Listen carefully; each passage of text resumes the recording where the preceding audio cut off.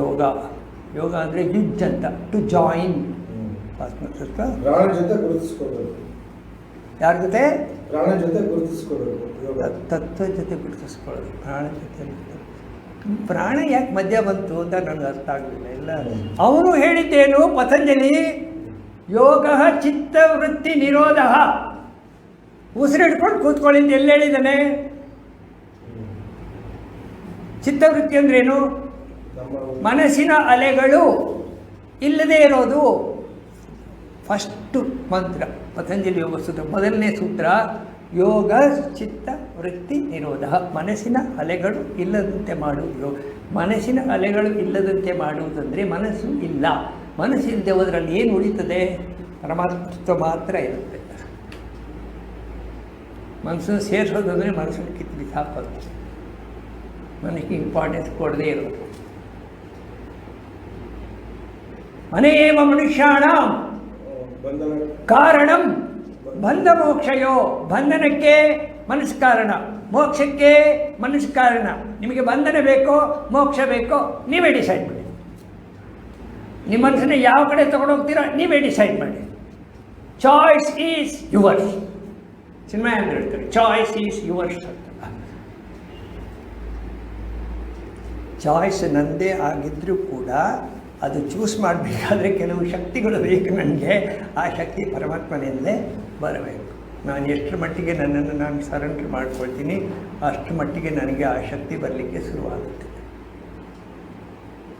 ಅದೇನು ಹೇಳ್ತೀರ? ಅನನ್ಯಾ ಚಿಂತೆಯಂತೋ ಮಾ ಯೇ ಜನ ಪರಿಪಾಸತೆ ತೇಷಾಂ ನಿತ್ಯಾಭಿಯುಕ್ತಾನಾಂ ಯೋಗಕ್ಷೇಮಂ ವಹಂ. ಒಂದು ಕಡೆ ಹೇಳ್ತಾರೆ, ಅದೇನೇನು ಆನಂದ ಅವರು ಆಶ್ರಮದವರು, ನಾವು ಒಂದು ಹೆಜ್ಜೆ ಪರಮಾತ್ಮನ ಮುಂದೆ ಹೊರಟ್ರೆ ಅವನು 10 ಹೆಜ್ಜೆ ನಮ್ಮ ಹತ್ರ ಬರ್ತಾನೆ. ಒಳಗಡೆ ಆತ್ಮತತ್ವ 10 ಹೆಜ್ಜೆ ನಮ್ಮಿಂದ ಪ್ರಾಜೆಕ್ಟ್ ಮಾಡಲಿಕ್ಕೆ ಶುರು ಮಾಡಿ. ನಾವು ಒಂದು ಹೆಜ್ಜೆ ಒಳಗಡೆ ಹೋಗ್ಬೇಕು, ಒಳಗಡೆ ಹೋಗ್ಬೇಕು. 10 ಹೆಜ್ಜೆ ನಮ್ಮ ಯಶ ಸರ್ವೇಶ್ವರ. ಈ ಸರ್ವೇಶ್ವರ ಯಾಕೆ ನಾನು ಸ್ಟ್ರೆಸ್ ಮಾಡಿದೆ ಅಂದರೆ, ಇದನ್ನು ನಾವು ಪರಬ್ರಹ್ಮ ತತ್ವ ಅಂತ ತಗೋಬಾರ್ದು, ಹಿರಣ್ಯಗರ್ಭ ತತ್ವ. ನಿಮ್ಮ ರಾಮ, ಕೃಷ್ಣ, ದೇವಿ, ಸುಬ್ರಹ್ಮಣ್ಯ, ಏನೇನು ದೇವರುಗಳು, ಪೌರಾಣಿಕ ರಿಲೀಜಿಯಸ್ ಪರ್ಸ್ನಾಲಿಟೀಸ್ ನಮ್ದು ಏನಿದೆ ಅದೆಲ್ಲ ಏನು ತೊಗೊಂಡ್ರೂ ಕೂಡ, ವೈಕುಂಠ ತಗೊಳ್ಳಿ, ಕೈಲಾಸ ತಗೊಳ್ಳಿ, ಏನೇ ತೊಗೊಂಡ್ರೂ ಕೂಡ ಹಿರಣ್ಯಗರ್ಭ ಈಸ್ ದ ಎಂಡ್. ಏನು ಹೋದರೂ ವಾಪಸ್ ಬರಬೇಕು. ಪುರುಷ ತತ್ವಕ್ಕೆ ಯಾವುದು ಹೋದರೂ ವಾಪಸ್ಸು ಬರುವುದಿಲ್ಲ. ಹೌದಾ?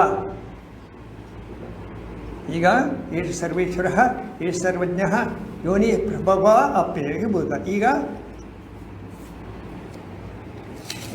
ನೆಕ್ಸ್ಟು ಇನ್ನೊಂದು ಮಂತ್ರ. ನಾವು ತುರಿಯ ಇನ್ನೂ ಮುಟ್ಟಿಲ್ಲ. ತುರಿಯ ಹೇಳಲಿಕ್ಕೆ ನಾನು ಹೋಗೋದಿಲ್ಲ, ಯಾಕೆಂದರೆ ತುರಿಯ ಹೇಳ್ಬೇಕಾದ್ರೆ ನಾನು ಅರ್ಥ ಮಾಡಿಕೊಂಡು ನಾನು ಅನುಭವಿಸಿ ನಿಮಗೆ ತುರಿಯ ಹೇಳಿ ಕೂರಿಸ್ಬೇಕು, ಮಾಡಲ್ಲ. ಆಯಿತಾ? ಈಗ ಗೌಡಪಾದ ಕಾರಿಕೆ ತಗೊಳ್ಳೋಣ. ಗೌಡಪಾದ ಕಾರಿಕದಲ್ಲಿ 1ನೇ ಕಾರಿಕೆ ಹೋದ ಸರಿ ನೋಡ್ದು, ನಾವು ಜಾಗ್ರತೆ ಸ್ವಪ್ನ 2 ಅಷ್ಟು ಇದು ಮಾಡಲಿಲ್ಲ. ಯಾಕಂದರೆ ಡೈರೆಕ್ಟಾಗಿ ಸುಷುಪ್ತಿಗೆ ಬಂದುಬಿಟ್ಟು ಸುಷುಪ್ತನ್ನು ನಾವು ಗ್ಲೋರಿಫೈ ಮಾಡಿದು. ಸುಷುಪ್ತ ಹಿರಣ್ಯಗರ್ಭ ಅಂತ ಗೊತ್ತಾಯಿತು. ಈಗ ಅಲ್ಲಿಂದ ಗೌಡಪಾದರ ಕಾರಿಕೆ ತಗೊಂಡು ಹೋಗ್ತಾ ಇದ್ದೀವಿ.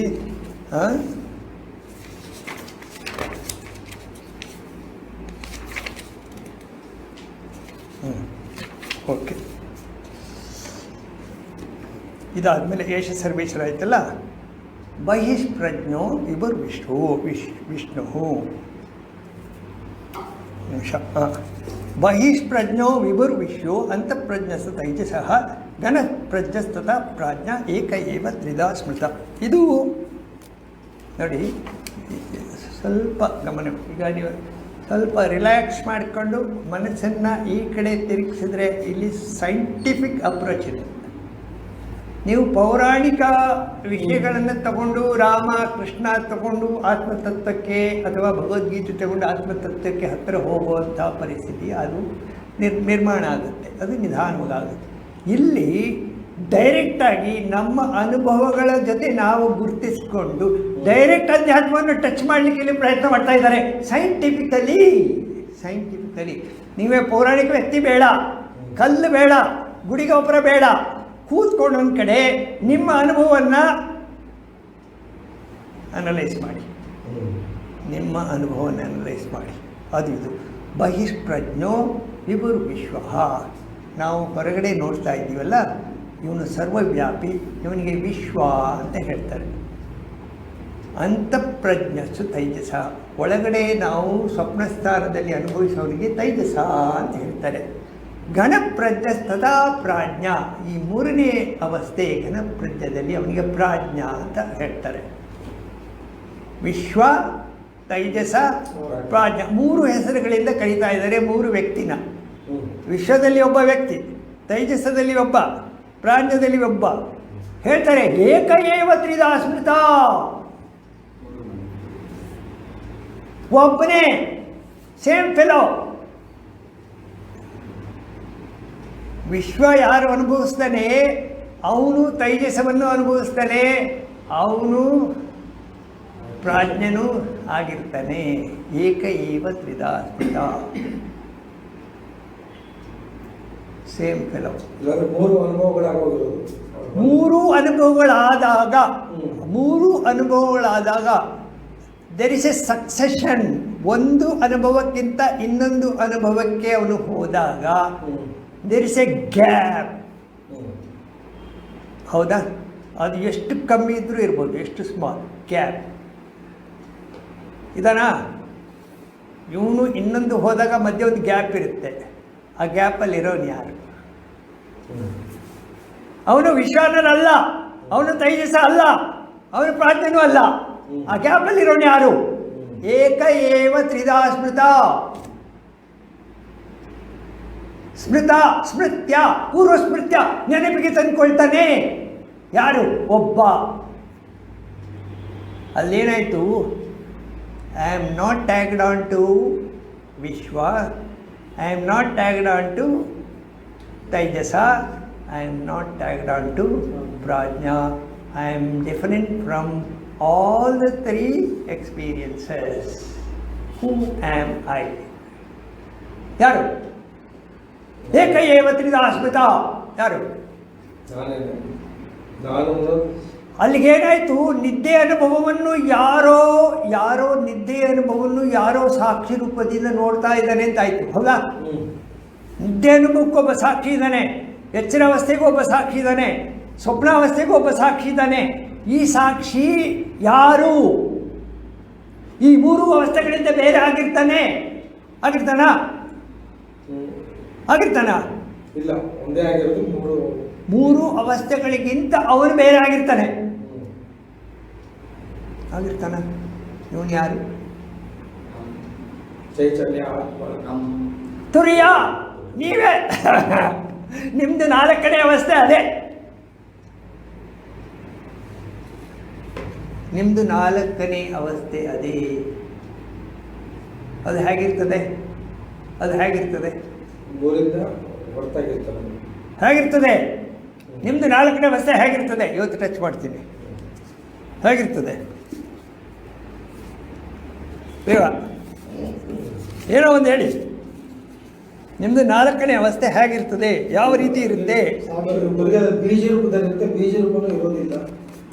ಬೀಜ ಇಲ್ವಲ್ಲ ಸರ್ ಅಲ್ಲಿ. ಪ್ರಾಜ್ಞೆಗೆ ಮುಗಿದೋಯ್ತು. ತುರಿಯದಲ್ಲಿ ಬೀಜಾವಸ್ಥೆ ಇಲ್ಲ. ಅದೇ ಹೇಳ್ತಾರೆ, ತುರಿಯದಲ್ಲಿ ಬೀಜಾವಸ್ಥೆ ಇರೋದಿಲ್ಲ. ಸುಷುಪ್ತಿ ಸ್ವಲ್ಪ ಇರುತ್ತೆ, ಪ್ರಾಣಾವಸ್ಥೆ ಸ್ವಲ್ಪ ಇರುತ್ತೆ, ಅದು ಹೊರಟೋಗಿರುತ್ತೆ. ತುರಿಯದಲ್ಲಿ ಏನು ಇರೋದಿಲ್ಲ ಅಂತ ಹೇಳ್ತಾರೆ. ಸಾಕ್ಷಿ ರೂಪ. ಅದನ್ನ ಹೇಗೆ ಹೇಳ್ತೀರಾ? ಹೇಗೆ ಯೋಚನೆ ಮಾಡಿ, ಏನೋ ಒಂದು ಹೇಳಿ. ಏನೇನು ತೋಚುತ್ತೆ ಅದು ಹೇಳಿ. ಅಲ್ಲಲ್ಲ, this is what we wanted. ಅದನ್ನು ಏನೋ ಒಂದು ಮಾಡಿ ಹೇಳಿ. ಅವ್ರೇನು ಹೇಳ್ತಾರೆ ನೋಡೋಣ. ಯಾರು ಮಾಡಿ? ಉಪನಿಷತ್ತು ಏನು ಹೇಳುತ್ತೆ? ನಾಲ್ಕನೇ ಅವಸ್ಥೆಯನ್ನು ಹೇಳೋಣ. ಈಗ ನಾಲ್ಕನೇ ಅವಸ್ಥೆ ಏನಂತ ಗೊತ್ತಾಯ್ತಾ? ಈ ಮೂರು ಅವಸ್ಥೆ ಅಲ್ಲದೆ ಇರೋನು ಒಬ್ಬ ಸಾಕ್ಷಿ ಇದ್ದಾನೆ ಅಂತ ಗೊತ್ತಾಯ್ತಾ? ಈ ಮೂರು ಅವನಲ್ಲ, ಮೂರಕ್ಕೆ ಅವನು ಅಂಟ್ಕೊಂಡಿಲ್ಲ ಅಂತ ಗೊತ್ತಾಯ್ತಲ್ಲ. ಅವನು ಯಾರು? ಅವನ್ನ ಹೇಗೆ ಡಿಫೈನ್ ಮಾಡ್ತೀರಾ? ಹೇಗೆ ಅವನ್ನ ಡಿಫೈನ್ ಮಾಡ್ತೀರಾ? ಹೇಗೆ ಡಿಫೈನ್ ಮಾಡ್ತೀರಾ?